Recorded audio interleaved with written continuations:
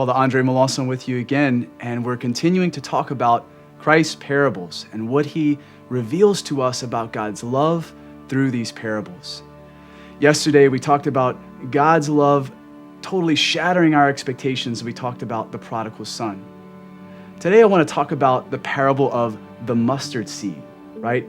You all remember those stories through your homilies growing up, the priest pulling out the little mustard seed and saying, if your faith is just this big, you can move mountains. What does this show? What this shows is that God wants to work in our littleness.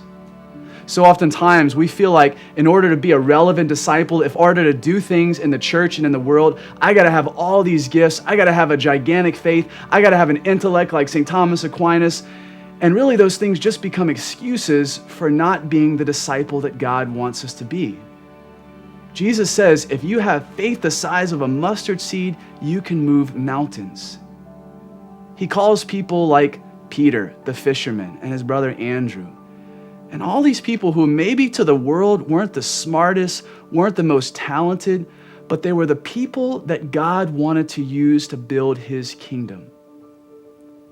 Whatever you've said before to God when he's called you to do something, when he's called you to take a new step in faith in your life, forget about those things.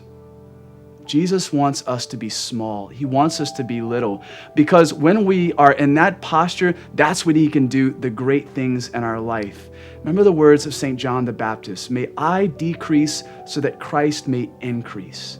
St. Therese, the little way. Remember that Jesus wants your smallness. That's why he calls you. And if we are small and God is big, God can do the amazing things he wants to do through our life. God bless you. Praying for you.